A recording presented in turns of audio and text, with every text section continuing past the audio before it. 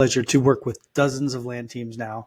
I've seen a lot of $1 million land teams. Also have had the podcast, so I got to talk to some of the best land investors, and it clicked with me.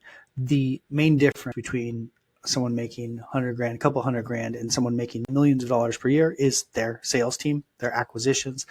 A lot of times they are running a sales team and doing it themselves and getting in the weeds. And so I decided to put together everything I've learned from different closing scripts in the land space, combining 5 or 6 of the best land investors and their tactics that I learned from the podcast and everywhere, put this into a training.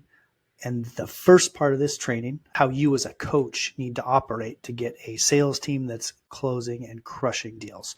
So the main purpose of this is we want to be able to turn global talent into savage closers. And it's something that come across all the time with people. It's a very common question. It's one of the hardest things for people to solve in land. And the people who solve it they unlock the unlimited money glitch. They just start crushing it. So the reason this matters is because you can go to Egypt or Mexico, you can pick up a good person on the phone for $6 or $8 an hour, and then you can train them into a $200,000 each per year rep, and you can start scaling. So how this works, we need to huddle every single morning. It's unfortunate, but part of making tons of money is doing stuff other teams aren't doing. It doesn't take a ton of time. If you have a 15-minute huddle and you actually tactically train with your people, your sales acquisitions manager every morning, then you will start crushing it. The key here is to pick one micro skill. You're going to coach a single thing. It's going to be something like opening the call or framing the call or asking the pricing question or answering the seller saying, how much will you give me for the property? Drilling those over and over. Pick one micro skill and then role play it with the person. So part of the mindset around role playing is you just have to get over making mistakes. It's almost like we're both going to learn together. We're going to role play. I'm going to make mistakes. You're going to make mistakes. We're doing this to get a ton of reps. Set the frame for them in advance and basically tell them we're going to start role playing and I'm going to stop you probably 30 or 40 times while we go through this. And just be prepared for that. It doesn't mean you're doing it wrong. Actually, that means you're doing it well. We're doing well. I'll be giving you nods and heads up, thumbs up. Yeah, like that. Go, go, go. Beautiful. Yep. Nope. Stop. Okay. That part right there. Try it like this. Say it a little bit different. Here's what we have in the script. Pause a little bit longer. Okay. Go again. Hold on. Stop. You were close, but tweak this and say it like this. Go again. Okay. Just tell me the price. Go again. Well, stop, do that, go again. And then get the feedback loop, giving them positive and negative reinforcement in real time.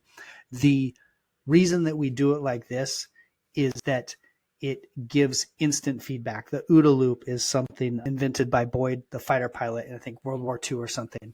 But observe, orient, decide, take action, and then observe again. And the faster you can make that feedback loop, the faster people be able to learn, the faster your company can move. And so getting a fast feedback loop and coaching someone, this isn't just listen to a call for an entire call being like, okay, fix this and this in the call and then listen to a call tomorrow. That will take them a year to learn something. You get into this, catch them real time, give them feedback, you role play. It's a little bit uncomfortable. Once you get used to role playing, it's fun. And you just get that feedback loop, and not just they get it once, but then repeat it and make them get it 6 times in a row. So it's in their head. Okay, now we can move on. But that's what the daily rhythm looks like. One coaching point, and drill that until they just nail it. So in the beginning, when you're going through this script, you can use my modules that teach every part of the script, and you can keep going through that until they have the script as a whole nailed. And then there's parts that are going to start sticking out that they haven't figured out yet. And that's where you need to start listening to calls actively. So now we've gone through this, maybe this cycle 3 or 4 times. Let's say there's 10 modules and it's been a month and you've gone through all 10 of those modules. They've hit each part 6 times. They're nailing it. Okay. Now you have to start listening to calls. You got to listen to 10 calls and you have to look for a pattern, 20, 30 calls, listen for a pattern. What part are they messing up? Now your coaching becomes more catered to really refining that script and then digging deeper into each of these modules. And it is a 15 minutes a day thing. It'll get your day started off ready to go, ready to sell, in that mindset. It'll get your team sharp. And this is the difference between people who make millions of dollars a year in land and people who are still kind of struggling to leave their W-2. It's either they take it upon themselves and they nail these types of trainings and they get great on the phone and they can close deals, or they train someone who can do that. And I've seen both work. And most of the people doing land do both.